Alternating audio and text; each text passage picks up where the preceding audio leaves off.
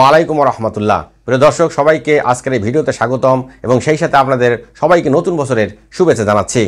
আজকের ভিডিওর বিষয় হচ্ছে যে গত 5ই আগস্ট 2024 সালে বাংলাদেশের ডক্টর মোহাম্মদ ইউনূসের নেতৃত্বে যে সরকারটি গঠিত হয়েছে, এই সরকারটি আসলে বিপ্লবী সরকার না হলেও ওনারা ধীরে ধীরে জনগণের আস্থা অর্জন করার চেষ্টা করছেন এবং ডক্টর মোহাম্মদ ইউনূসের নেতৃত্বাধীন সরকারটি ক্ষমতায় আসার পর স্বৈরতান্ত্রিক আওয়ামী লীগ দলটির যে দুর্বৃত্তপরায়ণ রাজনীতিকরা ছিলেন এবং তাদের সময়ে তাদের সুবিধা ভোগকারী যে চোর ডাকাত শ্রেণীর মহলটি ছিলেন, তাদের অনেকের ব্যাংক হিসাব জব্দ করা হচ্ছে এবং এই ব্যাংক হিসাব জব্দের কারণে জনগণের যে আশা আকাঙ্ক্ষা সেটা যেন পূরণ হচ্ছিল এবং জনগণও ধীরে ধীরে অনেক বেশি খুশি হচ্ছিল। কিন্তু সমস্যা দেখা দিয়েছে তখনই যখন বাংলাদেশের একটি বড় রাজনৈতিক দল বিএনপি যেন স্বৈরতান্ত্রিক আওয়ামী লীগ দলটিকে উদ্ধার করার জন্য ত্রাতা হিসেবে আবির্ভূত হয়েছে। আর তাই তো বিএনপির সর্বোচ্চ পর্যায়ের নেতাকর্মীদের চালচলন, কথাবার্তা, উক্তি, কর্মকাণ্ড জনগণের আশা আকাঙ্ক্ষার সাথে যাচ্ছে না। ধীরে ধীরে বিএনপি যেন জনগণ থেকে বিচ্ছিন্ন একটা রাজনৈতিক দলে পরিণত হচ্ছে। আজকের এই ভিডিওর মাধ্যমে আমরা দেখব যে ডক্টর মোহাম্মদ ইউনূসের নেতৃত্বাধীন সরকারটি ক্ষমতা আসার পর থেকে এখন পর্যন্ত কার কার ব্যাংক হিসাব জব্দ হয়েছে এবং এই ব্যাংক হিসাব জব্দ করা নিয়ে বিএনপির ভাইস চেয়ারম্যান আব্দুল আউয়াল মিন্টু কি উক্তি করেছেন এবং এই উক্তিটি আসলে যথার্থ হয়েছে কিনা। গত 14ই আগস্ট আইনমন্ত্রী আনিসুল হক এবং আওয়ামী লীগের তৎকালীন কিছু এমপি, এখানে মির্জা আজম, জান্নাতারা হেনরি, এখানে গোলন্দাজ এবং সিটিজেন ব্যাংকের সাবেক চেয়ারম্যান তৌফিক আক্তারের ব্যাংক হিসাব জব্দ করা হয়। এরপর নাটোরের এমপি শফিকুল ইসলামের ব্যাংক হিসাব জব্দ করা হয়।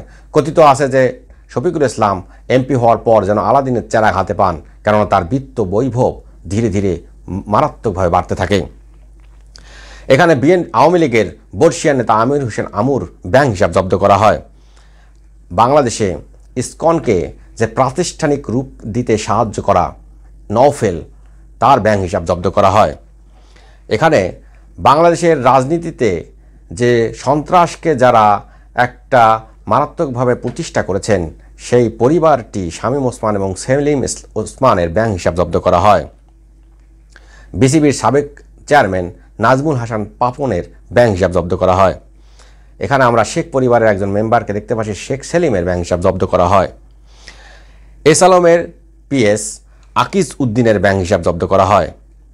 এখানে বাংলাদেশের রাজনীতিতে এবং ব্যবসায় দরবেশ বাবা নামে খ্যাত সালমান এফ রহমান এবং তার ছেলে ফজলুর রহমান এর ব্যাংক হিসাব জব্দ করা হয়।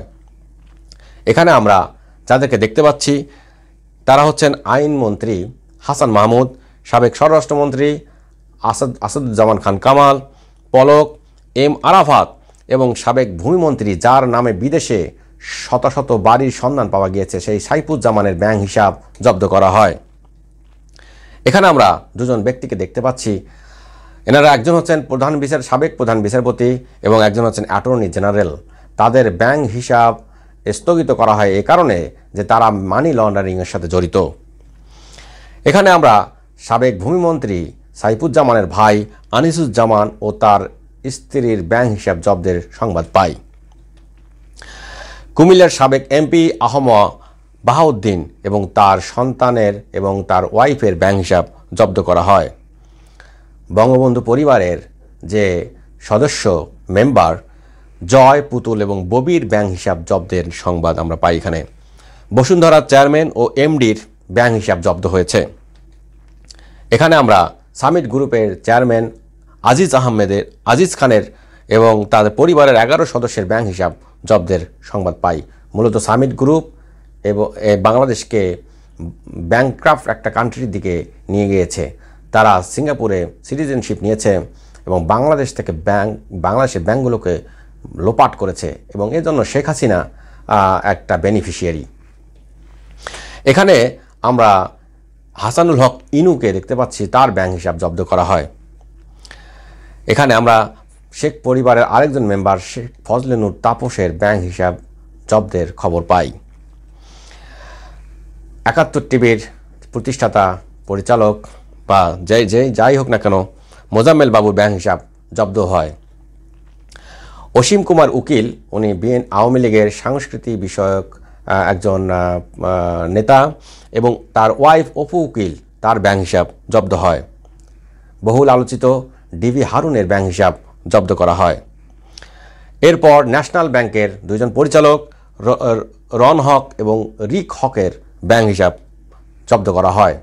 বাংলাদেশের নন্দিত এবং নিন্দিত ক্রিকেট খেলোয়াড় সাকিব আল হাসানের ব্যাংক হিসাব জব্দ করা হয়। এখানে আমরা এনআরবিসি ব্যাংকের পরিচালক বা চেয়ারম্যান এবং সিএফও চিফ ফিনান্সিয়াল অফিসার তাদের ব্যাংক হিসাব জব্দ করা হয়। এখানে আমরা দেখতে পাচ্ছি যে সংসদ সদস্য HBM ইকবালের ব্যাংক হিসাব জব্দ করা হয়।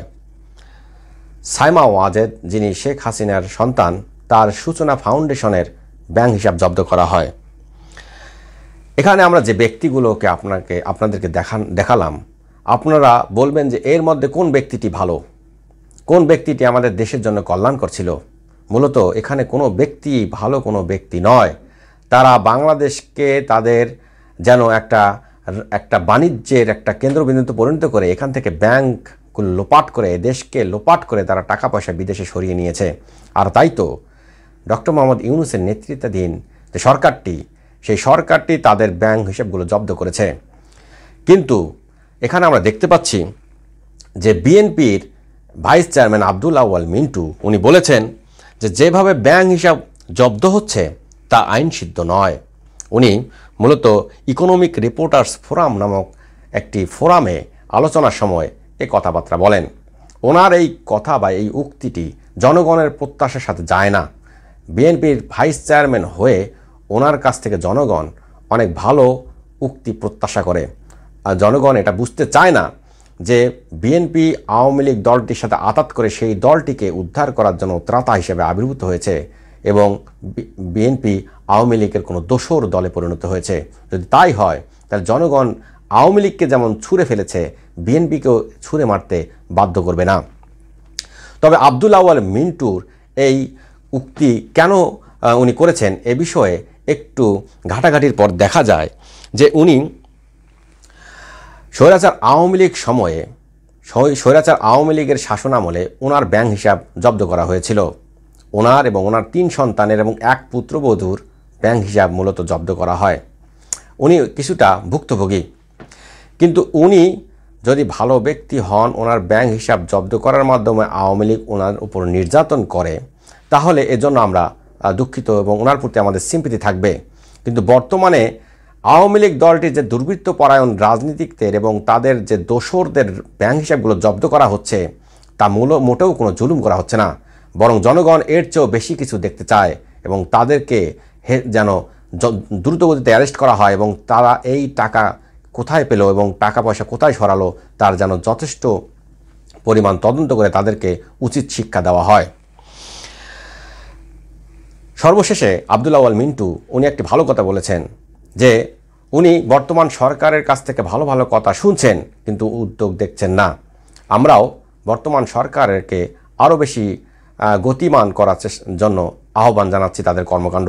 আমরা চাচ্ছি সরকারটি যেন ধীরে ধীরে বিপ্লবী সরকারের দিকে ধাবমান হয় এবং আওয়ামী লীগের ক্ষেত্রে এবং তাদের দোসরদের ক্ষেত্রে জিরো টলারেন্স গ্রহণ করে। বাংলাদেশ যেন ভারত বিরোধী একটা মনোভাব নিয়ে সামনের দিকে এগিয়ে যায়। কেননা ভারত বাংলাদেশের কোনো বন্ধুরাষ্ট্র নয় এবং কোনো দিন বাংলাদেশের কোনো বন্ধুরাষ্ট্রে পরিণত হবে না। বাংলাদেশ একটি স্বাধীন সার্বভৌম দেশ এবং এই দেশের নিজে বুক ফুলিয়ে দাঁড়ার অধিকার রয়েছে। কারো চোখ রাঙানিতে বাংলাদেশ কখনো মাথা নত করবে না। এই প্রত্যাশায় আজকের এই ভিডিও শেষ করছি। প্রিয় দর্শক, নতুন কোনো ভিডিও নিয়ে আবার আপনাদের সামনে আসবো। আসসালামু আলাইকুম ওয়া রাহমাতুল্লাহি ওয়া বারাকাতুহু।